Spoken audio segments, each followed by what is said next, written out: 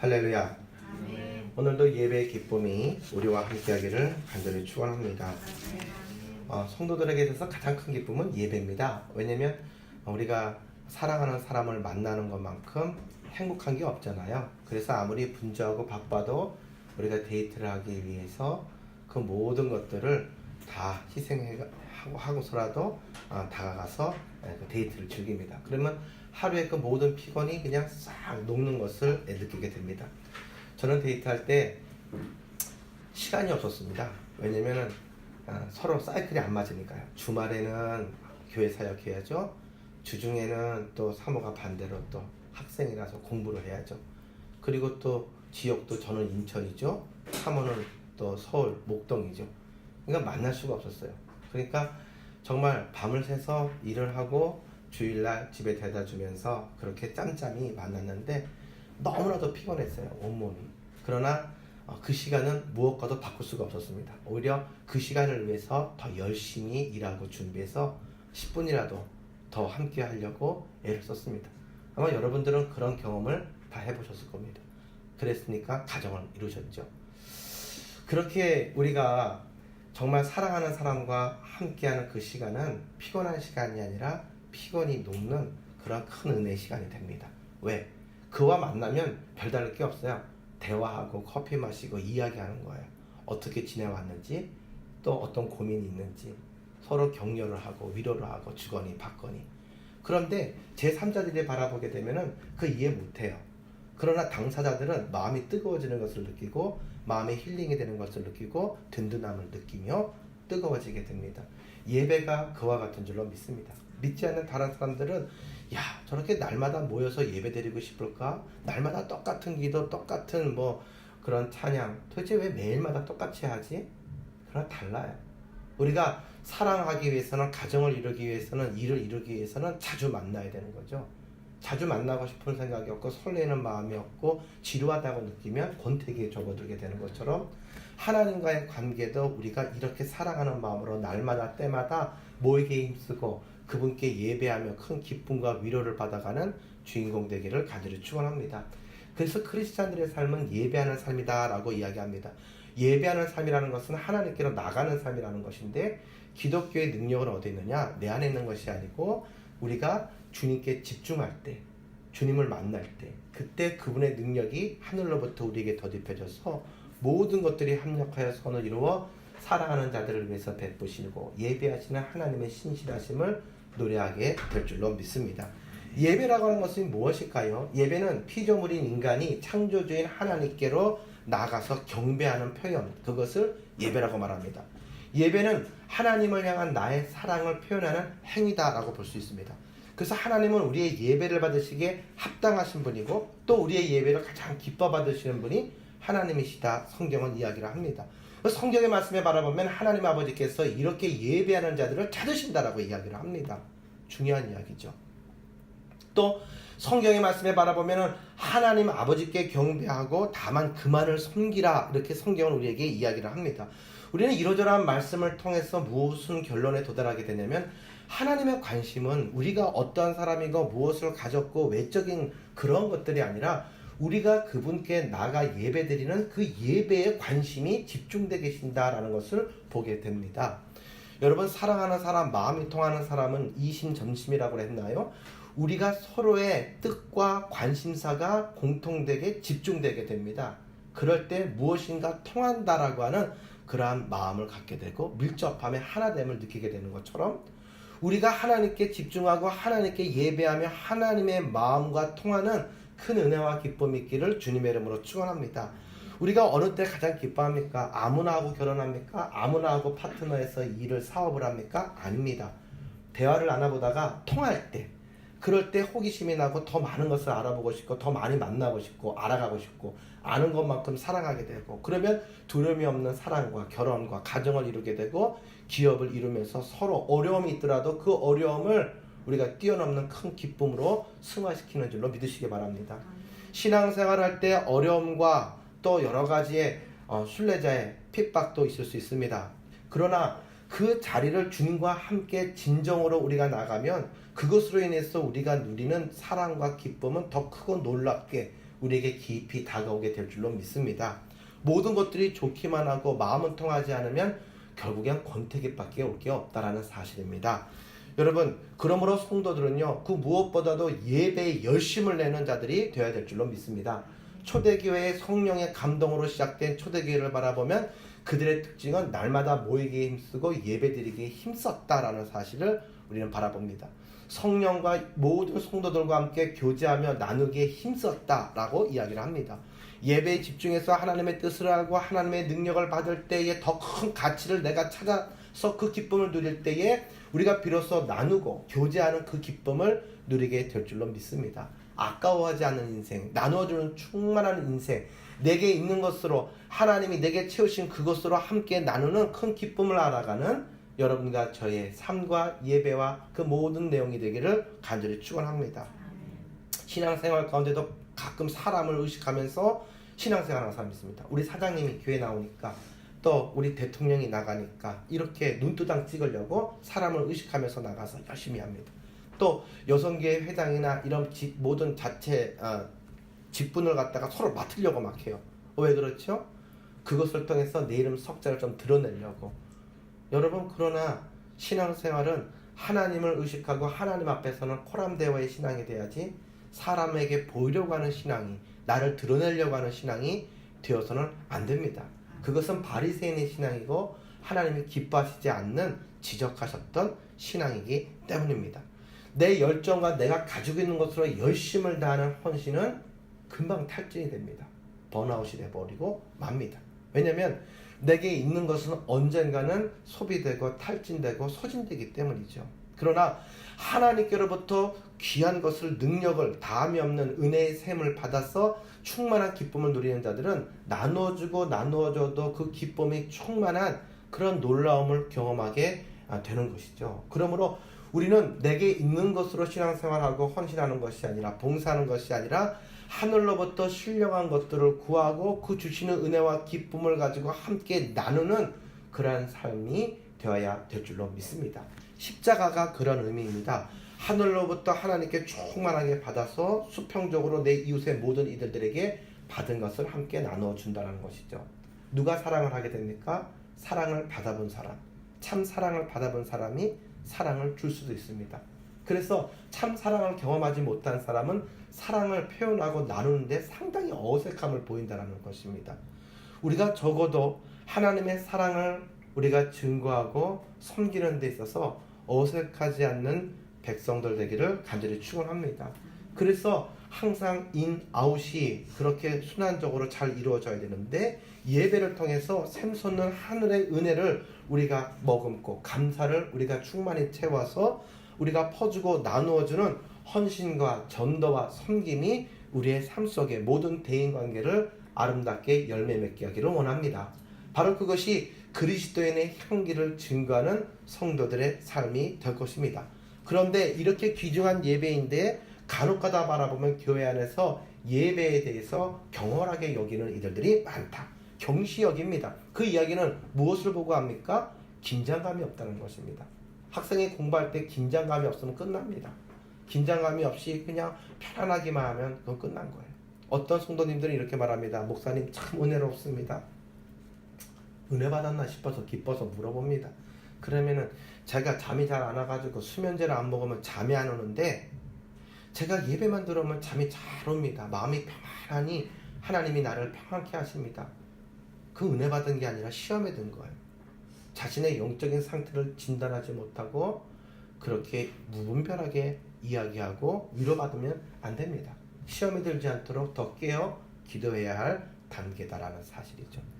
예배에 집중하며 하나님과 사랑과 그 깊이를 알아갈 때 사단이 두 손 놓고 바라보지 않습니다. 왜? 자기가 지옥으로 데리고 거진다 갔는데 그것을 빼앗긴다는데 누가 가만히 있습니까? 어린아이들에게도 사탕을 쥐어주고 다시 가져가면 안 뺏기려고 울고불고 난리가 납니다. 하물며 사단이 가만히 있겠습니까? 그래서 사단은 부르짖는 사자와 같이 삼키울 자를 찾는다라고 성경은 이야기를 한다라는 것이죠. 그래서 사단은 우리가 예배 앞으로 나갈 때 막지 않습니다. 의외로 막지 않습니다. 그러나 그 예배에 집중하지 못하게 합니다. 예배 안에 경외심을 가지고 긴장감을 가지고 설레는 마음을 가지고 하나님께 집중하지 못하게 만듭니다. 집중하지 못하면 뭐 와봐도 별 것도 없네 라고 생각이 되는 순간 사람들이 떠나가게 된다라는 것이죠. 사단은 그걸 알아요.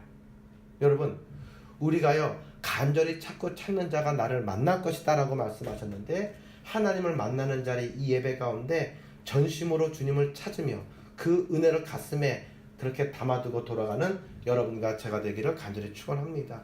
구약시대 때 예배는 어떤 예배였냐면 염소와 소와 비둘기들을 그렇게 제물로 바쳐서 그렇게 피로 드리는 제사였거든요. 그런데 이 신약 성령시대 이후에 넘어와서는 바로 우리가 말씀 중심의 예배로 그 모든 것들이 변화되게 됩니다. 구약시대 때 축복을 받았던 사람들은 다 누굴까요? 그들은 바로 이 제사, 이 예배를 잘 드려서 하나님께 축복을 받았던 주인공들이었다라는 것입니다. 여러분, 성경에 나타났던 아벨의 제사가 그랬고, 아브라함과 노아와 이삭과 그 모든 솔로몬들이 다 그러하였습니다. 모두가 다 공통점이 있는데, 형통한 자들의 특징은 하나님께 예배를 잘 드리고 예배에서 성공한 자들이다. 예배를 통해서 하나님의 마음을 붙잡은 자들, 하나님이 감동하셔서 하나님이 기름 부신 자들이 모두 다 형통하더라. 어려움이 있어도 그 어려움 때문에 오히려 그의 삶이 그렇게 요셉처럼 더 돋보이게 되더라 라는 사실이죠. 그렇다고 한다면 오늘 여러분과 저는 우리의 삶 속에 이 원리를 적용할 때 무엇을 붙잡아야 되겠습니까? 우리의 신앙의 첫째도 둘째도 예배가 되기를 주님의 이름으로 축원합니다. 예배에 목숨을 걸어야 되는 겁니다. 우리가 사업을 하더라도 공부를 하더라도 물에 물 탄 듯 술에 술 탄 듯 공부를 하고 우리가 사업을 하면 아무것도 얻을 것을 기대하지 말아야 됩니다. 반 미쳐야 됩니다. 매니아가 돼야 됩니다. 그 분야에 푹 빠져야 됩니다. 그래야 성공할 수 있고, 그래야 자기의 한계를 뛰어넘어서 원하는 대학에 진학할 수도 있게 되듯이, 우리가 하나님을 만날 때도 거저 그냥 하나님을 만나려고 해서는 안 됩니다. 피와 땀과 눈물을 흘릴 때 과감하게 쏟을 수 있고 헌신할 수 있고 주님을 부르짖는 우리가 되기를 간절히 축원합니다. 그러나 이 모든 것도 때가 있다는 것을 알아야 됩니다. 농부를 지을 때 그 모든 농사를 지을 때 농부가 씨를 뿌릴 때, 또 모든 모내기를 할 때, 추수할 때 다 모든 것들이 때가 있잖아요. 그래서 지혜로운 자들을 가만히 바라보면 그 때를 분별해서 놓치지 않는 지혜로움이 있다는 거예요. 학생들이 공부를 합니다. 그러나 시간을 많이 투자해서 공부했다고 서울대 가고 가장 공부 잘하느냐? 아니더라는 거예요. 조금 투자하더라도 해야 될 때 집중하는 바로 그 학생이 공부를 잘하더라. 신비로운 거예요. 어떤 학생이 그냥 무조건 앉아가지고 공부한다고 그렇게 자기도 따라했는데 성적이 안 나오더라는 거죠. 하나는 알고 둘은 모르는 것입니다. 여러분, 모든 것들은 때가 있습니다. 그때에 집중해서 성령께서 우리의 마음속에 기도하라고 시키실 때, 또 성령께서 우리에게 찬양하라고 시키시고 말씀에 깊이 있는 묵상 가운데로 나가라고 말씀하실 때, 외치라고 하실 때 그 감동을 손놓지 않고 순종하는 여러분과 제가 되기를 주님의 이름으로 축원합니다. 하나님은 우리가 성장하기를 원하시고 우리가 자기 역할을 감당하며 열매 맺기를 원하십니다. 그런데 우리가 학교에서도 보면 따라오지 못하는 친구들 있잖아요. 그러면 부모들의 마음이 답답하고 선생님들의 마음이 답답합니다. 그래서 부모들은 어떤 조치를 취합니까? 이대로 있다가 큰일 나겠다, 공부에 흥미를 잃어버리겠다 싶을 때 부모가 정말 일심으로 그 자녀를 위해서 알아보고 과외 선생님을 붙이든지 학원을 붙이든지 뭐 이렇게 해요. 이 아이가 너무 못 따라와. 그러면 1대1을 붙여서라도 이 아이의 부족한 부분을 채워주려고 합니다. 그 기회가 많잖아요. 그렇게 주어질 때 그 기회를 붙잡고 바짝 집중을 하면 그 모든 수렁에서부터 그 학생은 빠져나와서 이제는 가장 싫고 괴로웠던 그 시간이 가장 기쁘고, 생각해보면 정말 그 위기가 자기에게 큰 디딤돌이 되었던 그러한 이 흥미를 다시 되찾았던 이 시간과 그 은혜를 잊지 못하고 감사하게 되는 것처럼, 우리가 예배의 흥미를 느끼지 못하고 우리가 살아갈 때 신앙생활을 말씀대로 살아가는 것에 흥미와 의미를 몰았던 우리들에게 그렇게 1대1로 붙어서 우리들에게 말씀하시고 가르쳐주시고 깨닫게 하시는 분이 누구냐? 성령님인 줄로 믿으시기 바랍니다. 성령님이 우리들에게 감동을 주실 때가 있단 말이에요. 그때는 우리가 모든 것들의 우선순위를 그 자리에 세우고 우리가 나가서 우리의 믿음이 크게 성장하여서 열매 맺는 하나님의 기쁨이요, 우리들의 삶 속에 큰 증거가 되고 기쁨이 되는 우리 주인공이 되기를 간절히 축원합니다. 여러분, 예배가 살아있어야 된다. 그래야 집중될 수 있고 열매 맺을 수 있고 변화될 수가 있다. 열매를 맺게 된다. 그러면 여러분 예배가 살아있으려면 어떻게 해야 되느냐? 첫 번째로 모든 교인들이 교회에 나와서 예배하는 공동체가 되기를 주님의 이름으로 축원합니다. 예배는 내가 앉아있고 내가 삶의 자리에서 드리는 게 아닙니다. 엄밀하게 말하면 하나님이 부르신 그곳에서 예배하는 모습이 필요하다. 오늘 본문은 그것을 이야기를 하고 있다는 것입니다. 성령께서 부르시는 그 예배의 자리, 그 은혜의 자리, 그 감동을 소멸치 않고 붙잡아서 그 의미가 무엇인지 결과를 체험하시기를 주님의 이름으로 축원합니다. 그 감동이 왔을 때 이게 무슨 의미인지를 모르겠어요. 이렇게 한다고 무슨 차이가 있는지를 모르겠어요. 그런데 그 차이가 궁금하지 않으십니까? 그러면 제대로 한번 해보는 거예요. 그리고 그 결과를 통해서 왜 그런 일이 있었고 무엇이 달라졌는지를 우리가 간증으로 그 차이를 느낄 때에 도전이 되고 우리는 더 큰 것을 투자하게 될 줄로 믿습니다. 우리는 처음부터 크게 투자하지 않습니다. 어떤 것이든지 간에 조금 투자해봤다가 재미를 봅니다. 그러면 큰 것을 투자하게 되고 큰 것을 소망하게 되는 것이죠. 여러분 낚시하는 낚시공들은요, 강태공들은요, 그렇게 맨 처음에는 징그러워요. 저도 낚시 못합니다. 동기 목사님이 낚시를 가져요. 그래가지고 말이죠, 제가 정말 싫다고 얘기를 했어요. 그런데 어쩌다가 낚시를 하게 되었느냐라고 말하니까 자기도 그 낚시 싫어했었는데 손맛을 보기 시작했단 말이에요. 그 조그만 거 잡을 때 그 손맛, 그 오래 기다리는 지루한 시간이 있었지만 그 손맛을 바라보는데 그게 잊혀지지가 않는다. 그래가지고 시간이 나면은 그게 돈을 투자하고 여러 가지를 투자해서 가가지고 낚시를 잡는데 큰 거를 갖다가 칠자나 뭐 이런 거 큰 거를 잡으면 그걸 잊지 못하고 너무 행복해 한다는 거예요. 요즘에 낚시 프로그램 이덕화 씨 나오고 또 이경구 씨 나오고 뭐 이렇게 해가지고 나오는 TV가 있더라고요. 이제는 이 근처에서 잡더니 그 손맛을 보더니 뉴질랜드까지 가가지고 손맛을 보는데 뭐 엄청나더라고요. 주진모라고 하는 그 배우가 낚시를 딱 하는데 진짜 엄청나게 큰 1m 한 50대는 큰 걸 잡았어요. 참치 같은 거. 그런데 이 녀석이 심해서 올라옵니까? 줄다리기 하죠. 엄청나게 힘들죠. 막 그냥 뭐 빨려 들어가려고 그럴 때 사람들이 잡아주기도 하고. 근데 그 사람이 그걸 막 잡으면서 오랫동안 사투를 하면서 한마디 했어요. 팔이 부러져도 좋아. 반드시 잡겠어. 그렇게 이야기를 하더라고요.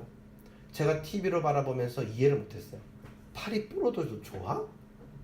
그렇게 그게 좋아? 그러나 낚시를 해본 사람들, 그 손맛을 아는 사람들은 그것을 딱 느꼈을 때 희열을 느끼고 엄청난 공감대를 형성하게 될 것입니다. 신앙생활을 할 때에 그렇게 오랜 시간 동안 무매해보는 시간 동안 낚시하는 사람들을 바라볼 때 한심해 보이고 지루해 보이는 것처럼 그러한 예배의 생활, 그러나 그 과정 가운데서 하나님의 크고 작은 응답을 경험했던 그 떨리는 마음의 손맛을 경험해봤던 사람들은 더 신령한 은혜를 위해서 더 깊이 더 크게 예배로 사모하는 큰 은혜의 대양으로 나가더라는 사실입니다. 내가 부러져도 좋아, 내가 못해도 좋아, 그 모든 것들을 걸고 난 요번에 반드시 체험을 하겠어, 반드시 그분을 만나겠어, 반드시 그분께 나의 앞날에 대해서 묻고 하나님께 모든 것을 내려놓고 맡기겠어. 이런 은혜와 도전이 오늘 여러분들에게 또 우리에게 있기를 원하고, 또 이 얘기를 했을 때, 이 간증을 이야기했을 때 모두가 다 하나가 되어서 마음이 뜨거워지고 이해하고 공감하고 아멘으로 화답하는 이 제단의 예배가 되기를, 공동체가 되기를 주님의 이름으로 간절히 축원합니다. 하나님께서는 어떤 예배를 원하셨느냐? 신령과 진정으로 드리는 예배를 원하신다고 성경은 말하는데, 신령이라고 하는 것은 성령을 말합니다. 그러니까 성령 안에서 드리는 예배라는 거예요. 내 마음 내 뜻대로 드리는 예배가 아니라 성령께서 성령 하나님의 뜻과 감동에 따라 그 방법으로 인도하시는 대로 기뻐하는 마음으로 드리는 예배, 성령 안에서 뜨거워지는 예배, 그 예배를 하나님은 기뻐하신다. 그래서 성령 충만함을 더입었을 때의 사도행전에 바라보면 그 사람들을 세술에 취하였다라고 이야기를 하거든요. 세술에 취하였다. 세상적인 기쁨과 바람이 아니라 성령의 뜨거운 감동과 은혜와 사모함으로 취함받는 우리 모두가 되기를 간절히 원합니다. 영적인 예배를 하나님은 찾기를 원하시는데 그게 뭐냐? 로마서 12장 1절의 말씀에 바라보니까 우리가 산 거룩한 제물이 되는 거예요. 그래서 거룩한 산 제사로 하나님께 우리 자신을 드리라는 것, 그것이 바로 하나님이 받고자 하시는 예배다. 구약시대 때는 소와 양과 비둘기를 잡아가지고 그렇게 제물로 제사를 드렸지만 이제는 그렇지 않습니다. 이 시대는 우리 자신이 하나의 제물이 되어서 우리 자신을 하나님께 온전히 드리고 하나님을 만나는 거예요. 하나님이 그것을 기뻐하시는 줄로 믿으시기 바랍니다. 몸만 와 있고 생각은 다른 데 가 있는 그런 몸 따로 마음 따로가 아니라 우리의 몸과 마음을 하나 되게 성령 안에서 온전히 하나님께 드릴 수 있는 그 예배의 기쁨, 그 중심, 그 집중 우리에게 있어야 될 줄로 믿습니다. 교회에 오는 거 좋죠. 그러나 교회에 나오는 것만으로는 만족 못합니다. 그게 다가 아니에요. 나와서 어떻게 예배드리느냐, 어떻게라고 하는 단어가 참 중요한 것입니다. 모든 사람들의 성공에는 비결이 있습니다. 사업에 성공하는 사람, 운동에 아주 큰 발전을 이루는 사람, 공부 잘하는 학생들, 비결이 있어요. 어떻게라고 하는 비결을 말하는 것입니다. 우리가 하나님께 드릴 수 있는 영적인 예물을 찰스 바클리라고 하는 그러한 주석가는 이렇게 말했습니다. 사랑과 충성과 헌신과 순종이다. 이것이 우리가 하나님께 드릴 수 있는 거룩한 산 제물이다라는 것이죠. 우리가 예배 가운데 집중하고 드릴 수 있는 내용이 있다면 무엇일까? 바로 이러한 것들인 줄로 믿습니다. 두 번째로 말씀이 살아있는 예배가 우리에게 있기를 주님의 이름으로 축원합니다. 말씀이 이성적으로 이해되는 말씀으로 멈춰서는 안 됩니다. 살아있는 예배, 진리, 신령과 진정으로 드리는 예배, 이 진리는 무엇입니까? 진리가 되시는 분은 예수님이고 예수님은 말씀이셨고 육신이 되어 우리 가운데 임하셨거든요. 제물로 드리는 중심의 예배가 아니라 이제는 말씀 중심의 예배로 우리가 하나님께 나가야 된다는 것입니다. 그럼 말씀이 육신이 되어 우리의 삶 속에 다가오셨던 분은 누구냐? 요한복음 1장 1절의 말씀에 이하를 바라보게 되니까 그분은 예수님이셨다. 예수님은 말씀 자체시다라고 성경은 이야기합니다. 그래서 오늘 우리가 드리는 예배는 말씀의 잔치가 되어야 되는 줄로 믿으시길 바랍니다.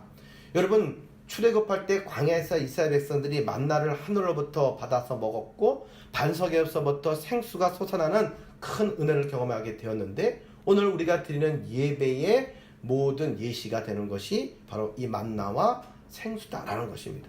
우리의 진정한 만나가 되시는 분은 예수님이시고 그 말씀이시고, 생수는 그 말씀으로부터, 말씀의 반석으로부터 흘러져 내려오는 성령의 생수가 되는 줄로 믿습니다. 말씀에 참된 선포로 내 마음에 감동과 도전이 없는 예배는 의미 없는 예배다. 그냥 드렸다라고 위로와 안도를 내세우는 예배, 그 이상 이하가 될 수가 없다라는 것입니다. 성경의 말씀에 바라보게 되면 디모데후서 말씀 3장 13절 이하의 말씀에 사도 바울은 세 가지로 이 부분을 이야기를 하는데, 배우라는 것입니다. 말씀을 배우라. 두 번째로는 말씀을 붙잡고 확신하라. 확신 안에 거하라. 또 내 삶 속에 그 말씀이 거하도록 해라. 적용하라는 이야기죠. 오늘도 우리가 말씀 앞으로 부단히 달려가는 큰 은혜가 있기를 주님의 이름으로 간절히 축원합니다. 그래서 성경의 말씀에 바라보게 되면요, 이 복 있는 사람에 대해서 시편 1편이 말할 때 뭐라고 말합니까? 말씀. 그 말씀에 깊이 있게 나가는 자, 그는 복이 있는 사람이고 어떠한 가뭄 가운데도 잎사귀가 마르지 아니하고 그 은혜로 말미암아 시절을 쫓아 과실을 맺는다고 성경은 이야기를 합니다. 여러분, 말씀을 배우는 데 힘쓰시는 우리 모두가 되기를 간절히 축원합니다. 인간 생활의 문제는 죄 때문이고 그 죄에 대한 해답은 구원에 있습니다. 그 구원의 말씀을 우리들에게 증거하는 통로가 성경이라는 것입니다. 진리에 이르기 위해서 말씀 가운데로 나아가 그 말씀이 우리를 수술하실 수 있도록 우리 자신을 온전히 내어드리기를 간절히 원합니다. 또 하나는 이 말씀이 내아의 말씀으로, 레마의 말씀으로 와닿아야 돼요. 확신으로 내게 다가와야 돼요. 확신으로 다가오지 않는 말씀은 나와는 별개로 먼 나라 이웃 나라의 이야기가 되는다라는 것입니다. 이 말씀이 우리에게 확신을 온다는 것은 말씀이 믿어진다라는 것입니다. 그래서 믿음으로 말미암아 우리는 구원에 이르게 된다라는 것이죠. 또 이 말씀이 단지 책꽂이에 꽂아져 있는 책들과 같이 믿습니다 하고 꽂아놓는 것이 아니라 내 삶 속에 적용되고 말씀에 의지해서 그물을 던질 때에 놀라운 물고기를 잡았던 축복과 같이 내 삶에 축복과 진로의 길이 열리게 될 줄로 믿습니다. 그것은 무엇이냐? 주님의 말을 듣고도 행하지 않는 자들은 모래 위에 집을 지은 자와 마찬가지다라고 말씀하셨던 이 말씀을 대변하고 있다. 오늘 우리가 드리는 예배에 하나님의 말씀 앞에 배우고자 하고 또 그 말씀 앞에 확신으로 믿음으로 붙잡고 그 말씀을 삶 속에 적용해서 간증과 찬양이 넘쳐나는 주인공 되기를 간절히 원합니다. 또 우리가 정성을 다해서 사모하는 간절한 마음으로 예배하는 모습이 있어야 될 줄로 믿습니다. 이사야서 1장 11절 14절에 이어지는 말씀을 바라보니까 여호와 하나님이 말씀하시기를 너희의 무수한 재물들이 내게 무슨 유익이 있겠느냐, 내가 너희들이 가지고 왔던 그 많은 재물들로 인해서 배불렀고 내가 그 모든 피들을, 재물의 피들을 이제 더 이상 기뻐하지 않는다고 말씀합니다. 너희들이 내게 보이려고만 다가오니까 내가 그것을 너희들에게 요구했느냐, 다만 성전의 뜰만 밟다가 지나갈 뿐이다. 헛된 재물을 다시는 가지고 오지 말아라, 이렇게 말씀하십니다. 너희가 드리는 그 분향은 내가 가증히 여기는 것밖에 될 수가 없다라고 이야기를 하셨다는 것이죠. 하나님은 중심을 보시고 우리의 예배를 받으시며 우리의 중심을 바라보시고 선택하시고 기름 부으시는 하나님이시라는 것을 알아야 됩니다. 하나님이 어떠한 분인지를 알아야 그분을 만나러 가도 결과가 있고 결실이 있다. 비즈니스를 할 때에 꼭 그 상대방의 책임자를 어떻게든 그 마음을 얻어야 되는 거예요. 그런데 그 사람이 누구고 무엇을 좋아하고 이런 것들을 미리 다 알아가지 않습니까? 왜 그렇습니까? 그 모든 진도를 나가기 위해서고 그 모든 내용들이 그 사람의 마음을 움직이는 쪽으로 가기 위해서입니다. 내가 원하는 방법대로 내 스케일대로 가는 거 아니란 말이죠.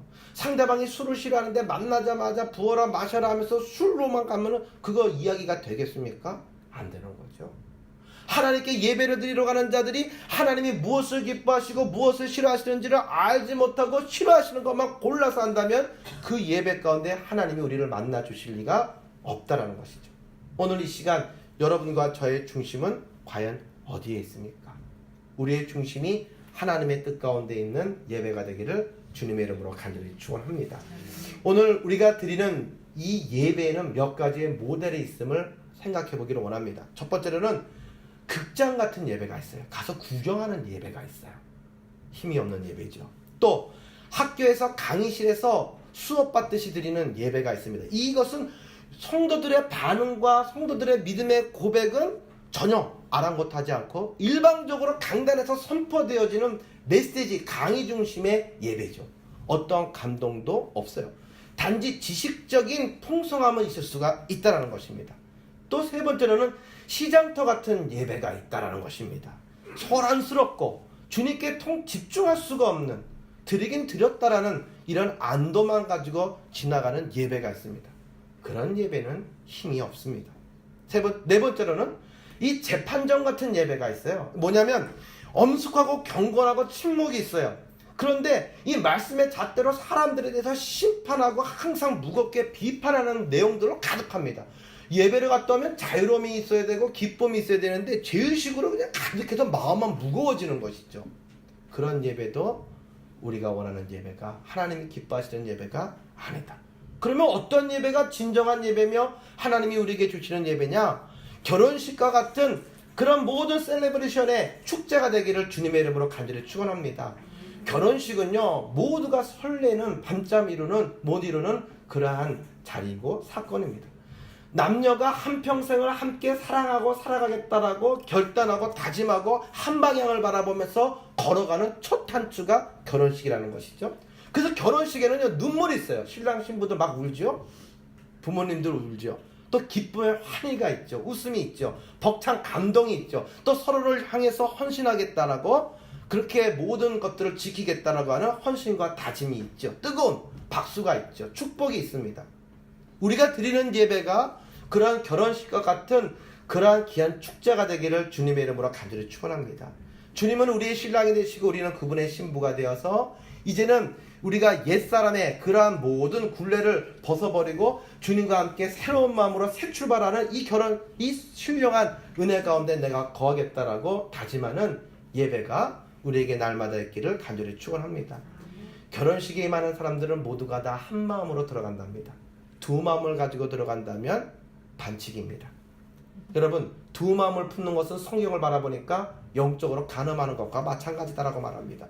형식적인 예배는 감동이 없는 이유가 여기에 있습니다.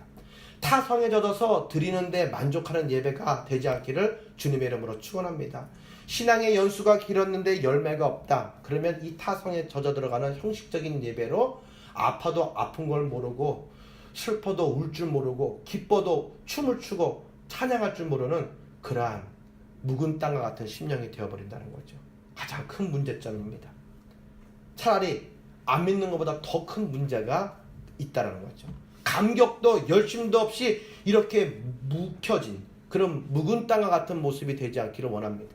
그런 땅을 볼 때 주님은 말씀으로 기경하셔서 쟁기로 그 모든 밭을 갈아엎듯이 우리를 회개의 영으로 새롭게 하신다는 것이죠. 진정한 예배를 드리기 위해서는 가식적인 모든 가면을 벗어던지고 완악해졌던 우리의 마음들이 소프트해져야 됩니다. 그렇기 때문에 하나님은 말씀으로 예배 가운데 갈아엎으셔서 통해자복하게 하시는데 내 마음을 부드러운 옥타와 같이, 그래서 말씀의 씨앗에 민감하게 반응해서 30배, 60배, 100배의 풍성함으로 나갈 수 있도록 조성을 하신다는 거죠.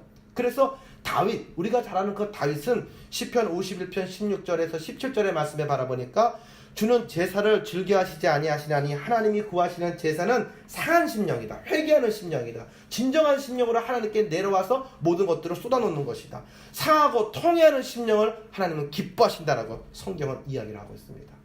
여러분, 내가 부족하고 갖추지 못해도 내가 진솔하게 이야기해서 나의 이 진심이 전해지면 상대방이 그 마음을 보고 그 사람을 선택하고 그 사람을 밀어줄 수가 있다는 사실입니다. 없다고 두려워할 필요가 없다는 것입니다. 또 변명할 필요도 없다는 것입니다. 우리가 하나님을 의지하고 우리가 온전히 예배에 집중하기를 간절히 원합니다. 어떠한 신학자가 오늘날 현대교회를 이렇게 풍자했는데 참 재미난 이야기가 있습니다. 현대교회가 극장화되어 가고 있다. 거룩한 쇼를 상영하는 무대가 되어 가고 있는데 주일날이 되면 성도들은 교회의 문을 열고 들어온다. 그리고 아름다운 음악과 위로의 기도와 속량의 설교를 그렇게 듣고는 다시 삶 속으로 돌아간다. 헌금을 입장료 내듯이 한다. 관중들은 최신형의 좌석에 앉아서 그런 시설의 극장을 즐기듯이 좋은 시설의 교회만 집중하고 있다. 한국 교회는 그러한 모습을 보이고 있다. 구원은 받아야 하겠기에 천당의 입장권은 어떻게든 얻어야 하겠기에 많은 이들 가운데 그렇게 뒤에 숨어서 은혜의 속량 극만을 즐기는 유랑 교인이 되어가고 있다. 교인이 관중화 되어가고 있다라고 하는 그림이다. 뾰족한 이야기고 날카로운 이야기입니다. 오늘날 한국교회가 사회로부터 지탄을 받고 놀림을 받는 이유, 영향력을 행사하지 못하는 이유는 무엇이냐? 하나님을 만나지 못하고 집중하지 못하고 관중이 되어가기 때문이라는 것입니다. 예수님은 이 땅에 관중을 만들러 오신 것이 아니라 제자를 삼으시기 위해서 이 땅에 오셨고 우리를 불러주신 줄로 믿습니다. 관중은 십자가 앞에 두려워하며 도망가지만 예수님의 제자는 그 십자가를 지고 주님을 따라가는 줄로 믿습니다. 그리고 그 십자가의 능력과 그 은혜를 간증하고 나누게 되는 줄로 믿습니다. 오늘 여러분과 저의 삶이 그러한 은혜의 삶이요, 예배의 삶이요, 그러한 결혼식과 같은 축제의 기쁨이 되기를, 그 현장이 되기를 주님의 이름으로 간절히 축원합니다. 우리 함께 기도드리겠습니다.